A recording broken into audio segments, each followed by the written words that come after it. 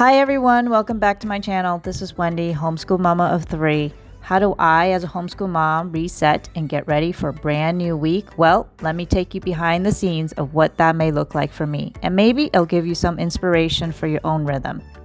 For me, it actually starts on Saturday. I like to get a quick workout in right before I start prepping for the week ahead. After my workout, I like to head to the cafe and refuel with a protein drink. Lately, I've been loving the Nori protein shakes, especially their new strawberry flavor. It's so good. I'll link it in the description if you want to check it out. While I'm there, I also meal plan. It helps us stick to our budget and saves me so much stress during the week. This week, we're doing a no-spend week. Let me tell you, it's been a challenge for our family of 5, but I'll have a video up on that soon, so make sure you hit subscribe so you don't miss out. And hey, if you're enjoying this video so far, give it a like. It really helps my channel. Besides meal planning, I also go through our calendar. I make sure there are no overlaps with activities or events because we all know how crazy things can get. And during this time in the cafe, it's really my chance to decompress, think through the week, and just breathe. Because let's be honest, with kids, finding even one quiet minute can be tough. Usually the hubby holds down the fort while I'm gone. This time, he decided to take the kids to a new park, and later that evening, we all got to enjoy a long walk together as a family, and it was a perfect end to the day. Then when Sunday rolls around, for us, church is non-negotiable. It feeds our souls and it recenters us. It's a weekly reminder on why we do the things we do and who we do them for. That evening, we also had friends over for dinner. Hosting is something I see as a skill, one I want my kids to learn. It also teaches them the importance of serving others. That's why everyone pitches in, setting the table, sweeping, clearing counters, preparing food. These are all life skills I want them to carry into adulthood. Dinner that night was pork carnitas. So easy in the crock pot. Just throw everything in before you leave, and when you come home, dinner is done and the house smells amazing. I also made homemade queso in one of those tiny crock pots. It keeps it warm all night for all the guests. We had such a wonderful evening together. And let me just say this, community is so important. Don't mother alone, even if it feels uncomfortable at first. It is so worth it to go out there and find your community. We're not meant to do life in isolation.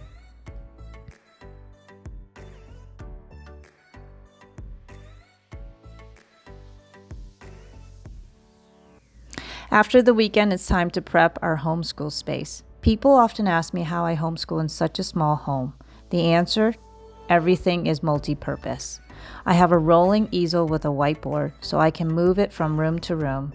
Our dining table doubles as a school table. I repurposed a kitchen cabinet into our homeschool bookshelf. It only takes a few minutes to switch the space from hosting mode to school mode.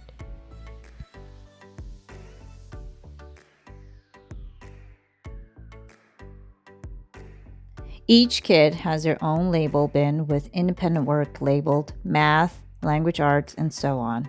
This cuts down the confusion and arguments of no more, I don't see my assignment, I don't know what to do, I don't know where it is, because everything is labeled clearly and is laid out for them. Once their bins are ready, I pull out my trusty little planner. Well, tips for those new homeschool moms out there, get yourself a planner. Seriously, I tried winging it without one and it was a disaster. I was overwhelmed all the time. I didn't know what was going on. Once I finally got one, I realized it wasn't that I had too much schoolwork, but it was just that I was unorganized. So a planner made a huge difference for us. Next, I pull out our All About Spelling curriculum, which is what we use for spelling, and the Story of the World for history. I like to review them ahead of time so I know what's going on for this upcoming week.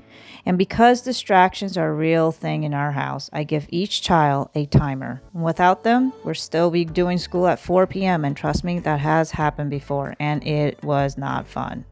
The timers keep everyone on track. Oh, and one more tip. Put all your erasers in one box. I got so tired of hearing, I can't find an eraser. So now we have one big box of erasers, so problem solved.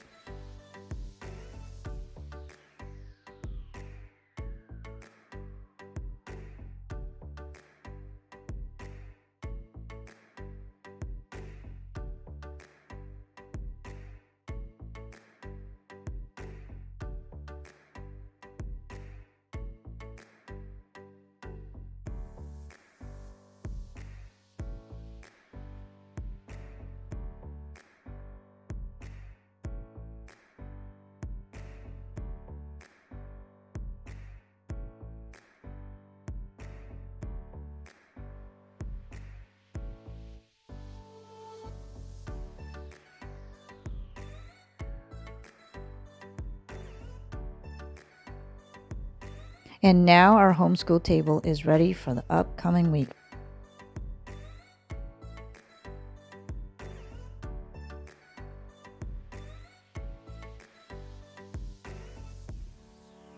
Here's how my prep usually look. First, I open my calendar for the week.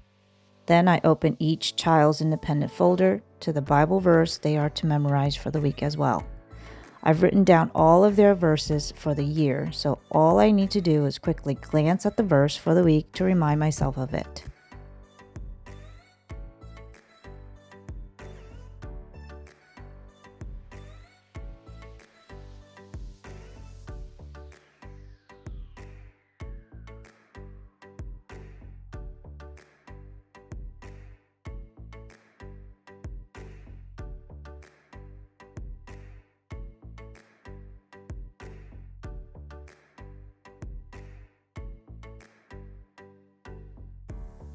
I usually have each child write the verse once every day and read it back each day.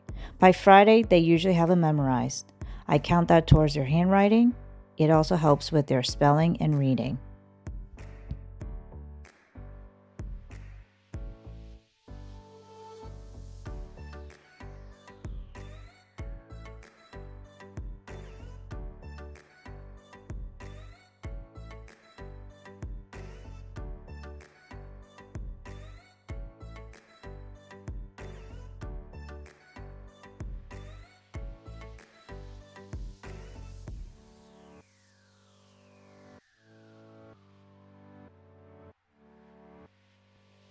Next is math.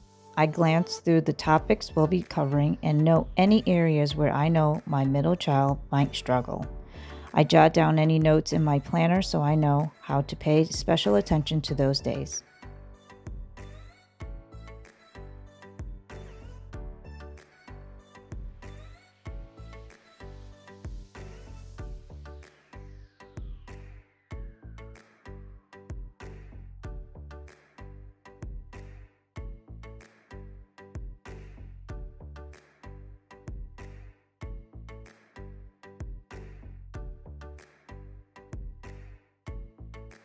Then comes her language arts. She is an excellent speller and writer, so I can usually glance over her curriculum without much notation. This year we are using master books for language arts for the very first time. And sometimes I feel the beginning lessons are a little too easy for her, so I sometimes like to modify them to challenge her. For example, on one day, they only require her to do some copy work. So instead, I had her answer one of their story questions in a complete sentence. I make those notations directly in her curriculum so she knows to skip certain parts and do something else.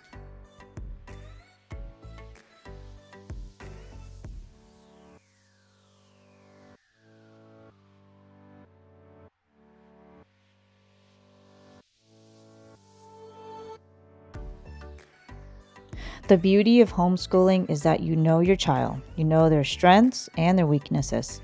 My goal as their teacher is to challenge them on a daily basis, but not frustrate them. It's a very fine line, and I am constantly looking for ways to teach them on how to grow.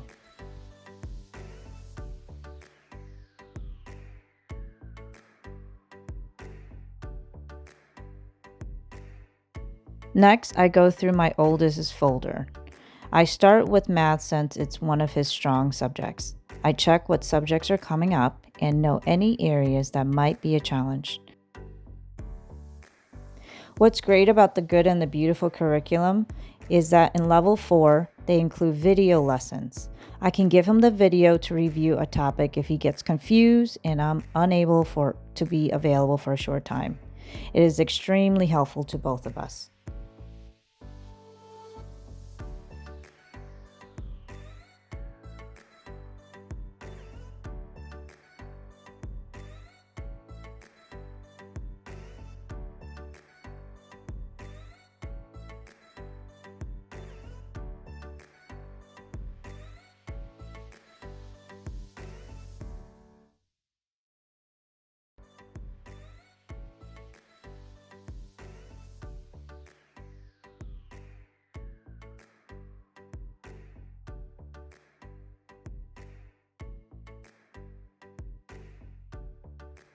Some people are intimidated by the idea of teaching.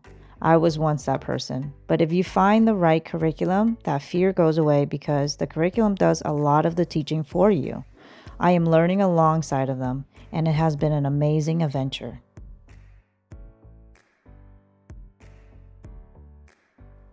After going through his language arts, I go over the spelling lessons with the kids. Spelling is something we all do together. All About Spelling is phonics based, and it has really helped both of my kids with their spelling and reading.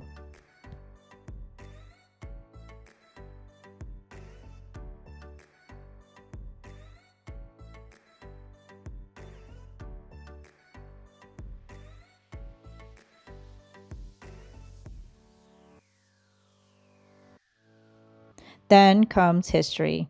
Story of the World is great because it teaches history in story form.